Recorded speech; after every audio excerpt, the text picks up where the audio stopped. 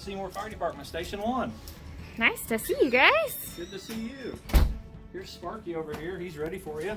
Awesome. My name is Battalion Chief Walker. This is Seymour Fire Department, Station 1, and we're B shift. Today, we're just going to give you a tour of Station 1 and let you know kind of some of the activities that happen here. We come into work at 7 a.m. We're here for 24 hours, and we leave tomorrow at 7 a.m. So we have house chores and things we have to do. Our stations are set up somewhat like a home. You can see this is our living room. We have an area over in the corner where guys can study their classes. Our officers can sit and do their reports. And you can see we've got 6 recliners. Usually there's 6 guys here. We've got a TV over here. We have a communication station to keep our radios charged up so we can communicate with other stations and other agencies. And that's pretty much it in this room, and Sparky's going to lead you to the kitchen.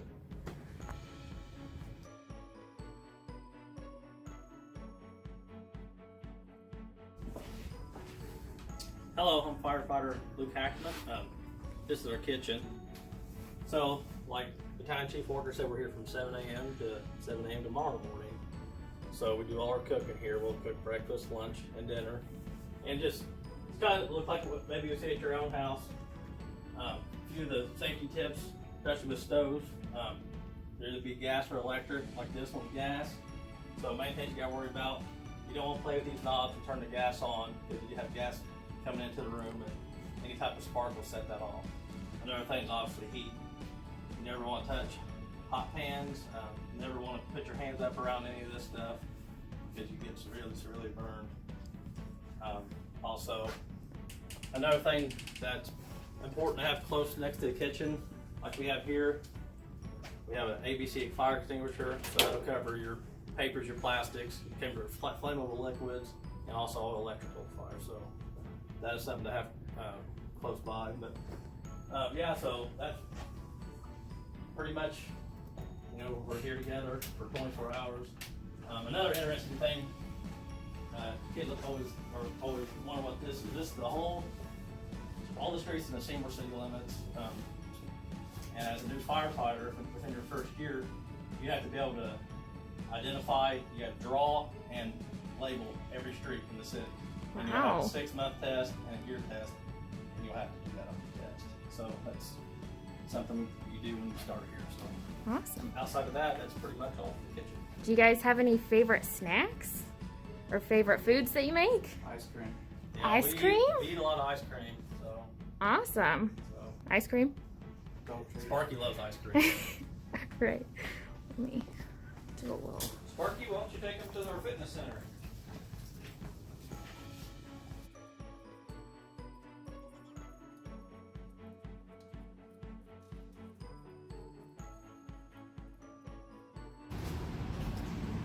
Hi. Hey guys, how we doing today? This Good. is our fitness center where we try to stay fit because we have a lot to do in our daily activities as far as what could be required from us. So we use dumbbells, we have a treadmill, we have a row machine, we have a Smith machine, and we also have the preacher curl machine. This is where guys will spend a couple hours a day working on their physical fitness so that they're ready for when the next call comes out. Awesome. Can you tell me what a Smith machine is? I've never heard of that. Smith machine is a machine that just keeps the weight controlled so that you can lift by yourself. So it's a little safer. Yes. you can- Awesome. Yep, exactly. All right. Where are we going next? From here, Sparky will take you into the bedroom. Thank you.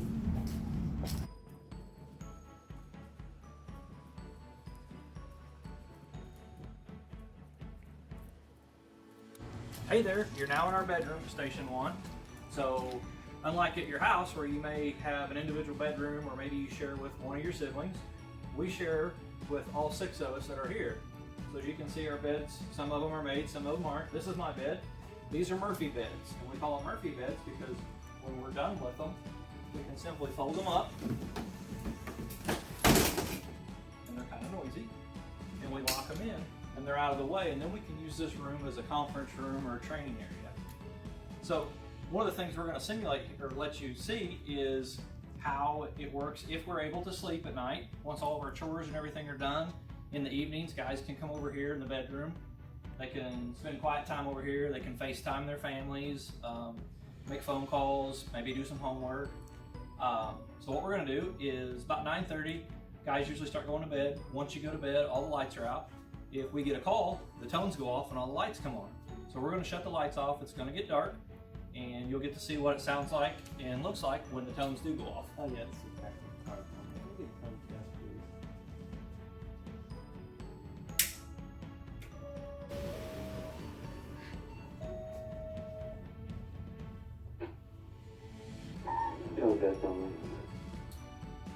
So you heard the tone go off, the lights came on, and then the dispatcher comes across and tells us the information we need to know. Today it was a tone test. Most of the time it would be something like, Seymour Fire Department, Seymour Police Department, we need you to respond to a medical assist at 123 Main Street. So then it would be our decision, the battalion chief, as which truck we send or how many trucks we send. So that's pretty much our bedroom. And then Sparky's going to take you out to the engine bay where we keep our engines, and we're going to show you Firefighter Shoemaker putting on all of his gear and explaining how his gear works. Sounds good.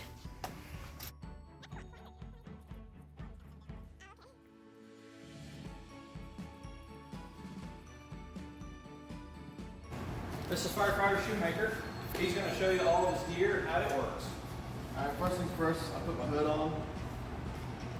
This is going to protect my neck, my face. I'll put my face shield on. Next, put my shoes off. My bunker pants on.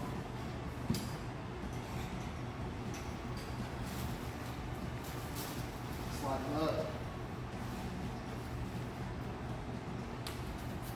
Sure it's good.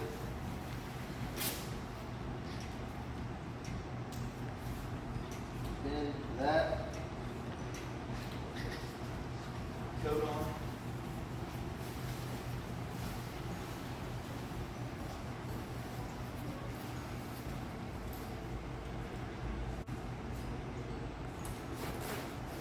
Flip all the way.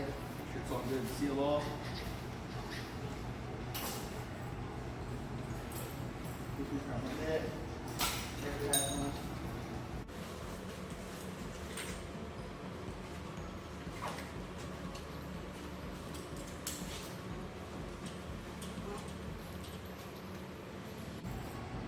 Now once he has all of his gear on, you will not see any exposed skin.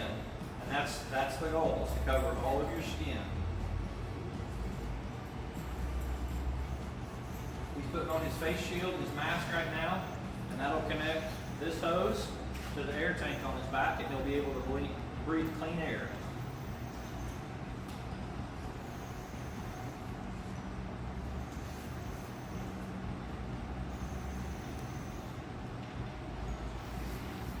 So he's got his bunker boots, his bunker pants, his bunker coat, his Nomex hood, his SCBA mask, his SCBA tank.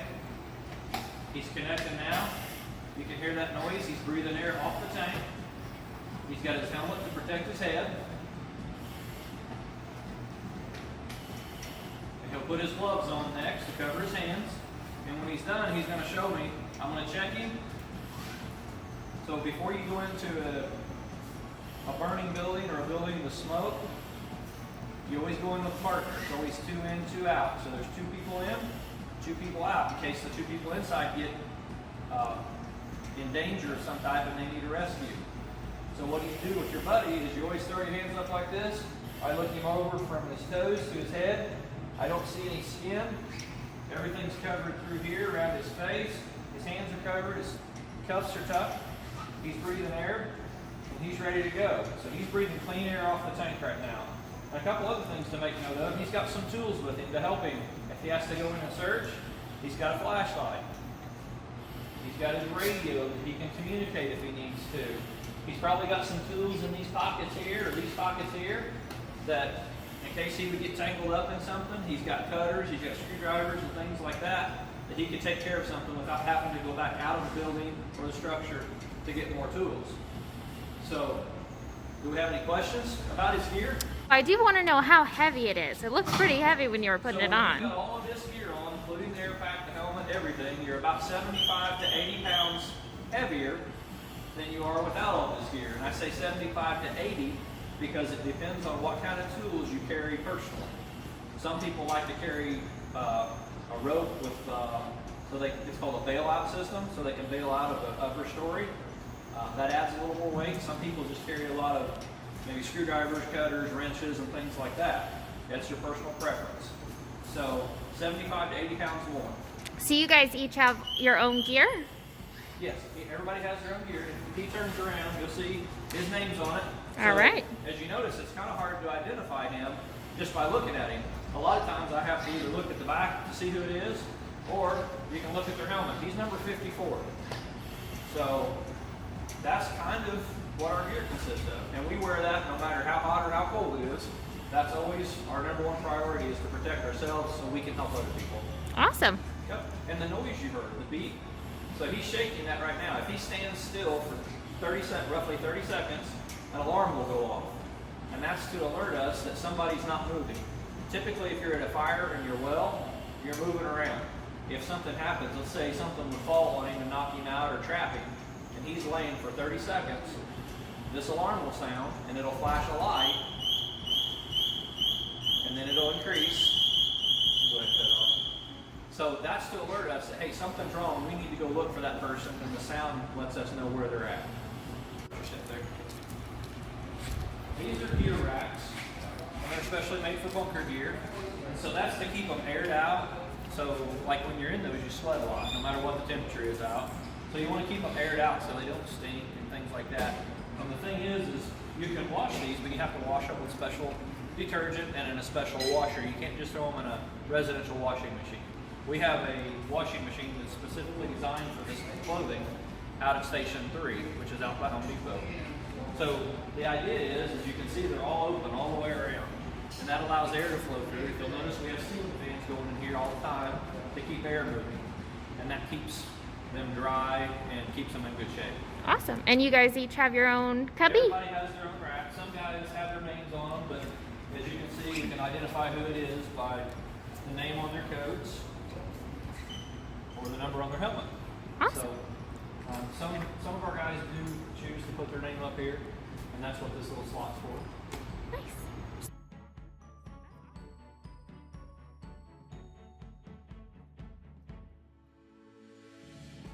Alright, this here is our ladder wall truck. And it's called ladder truck because of the giant ladder on top. We use to get into high-rise buildings or an area that is not easily accessible by the ground. This here is where the driver sits. He's got all his controls, the entire truck, and all his gauges right here in front of him, so he can manage the truck properly.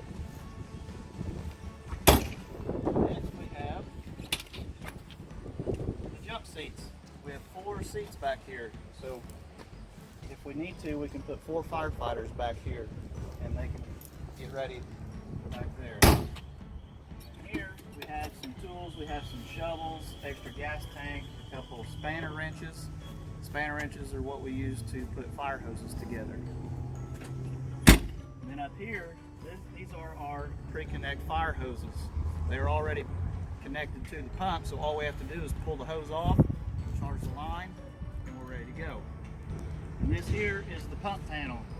Every handle has a specific job to a different part of the truck. So one handle here would connect to the hose up there, and so forth for every other hose. Next we have our water jug and a flare kit and some blankets to keep people warm if we would need to. Here is our hand tools. We have hammers and extra hose, and we have a breaker box to run the generator. What would you need the generator for? To run additional power sources. So we have electrical outlets that we can run fans or lighting if we need lighting inside of a house. One of these compartments will have the lights in it. But here are two different types of saws. This here is more like a chainsaw and it cuts through the roof. This one here will cut through concrete, metal, and such. And then these little compartments have extra SCBA bottles in them. What did you call that? SCBA bottles.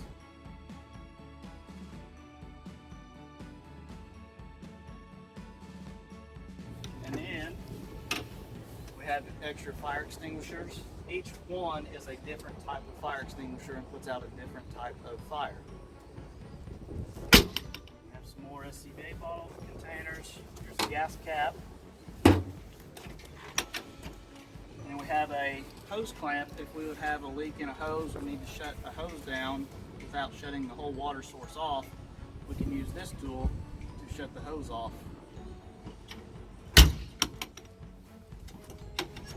And here we have our aerial belts. We'll put these on if we're going to go up the ladder. It's got this giant hook on there so that we can lock ourselves in to the ladder. We won't fall so far. And this is how you get up to the ladder. And we have a control panel for the ladder up there. To the back side, this is where we keep additional ladders and hand tools, pike poles, sledgehammers, and we've got different types of ladders also in here. And this compartment is the same way, just more ladders and more hand tools.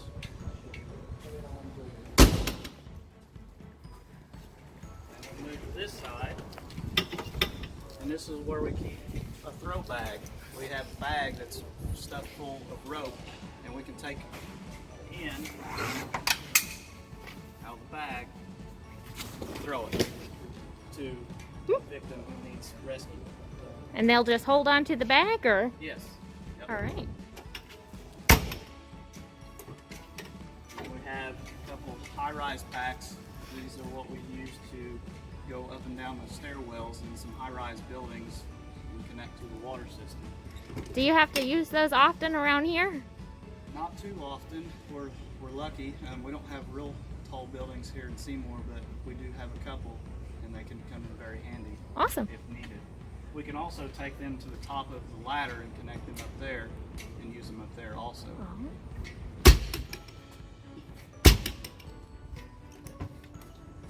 And there's a couple more throw bags and some tarps. And we use tarps to salvage people's personal belongings. If we need to clear a room out, we can try to protect some of their property. Here we have another high-rise pack with some additional lighting and a sprinkler bag that we can take with us when we take the high-rise packs to connect the hoses.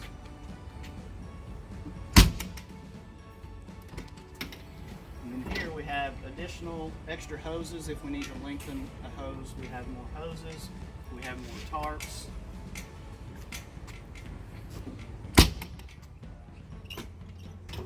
Here we have extension cords all rolled up real nice and neat, and we have a gas-powered fan that we can use to blow the smoke out of a smoky house or building or something.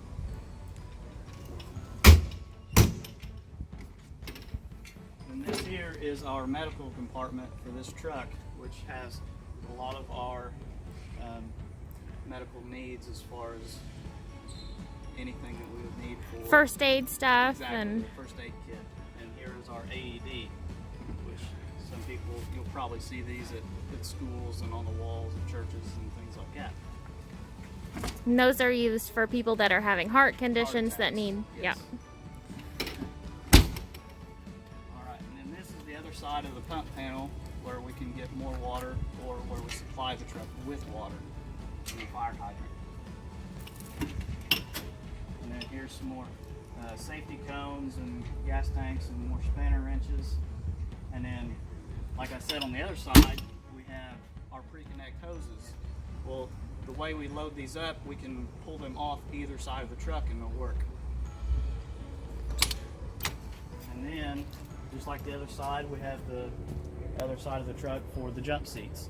And we have additional tools in there also, pike poles, axes, flashlights, and safety vests. And here is the officer, is where he rides. So he's not driving on this He's side, not driving, just but riding he's with you? in charge of getting us where we need to go, looking at where different connections are on buildings, and just general information that we need to know on where we're going. All right. Well, thank you. There you go.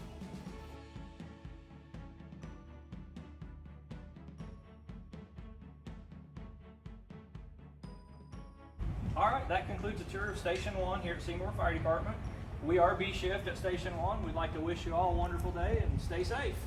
See ya. Bye.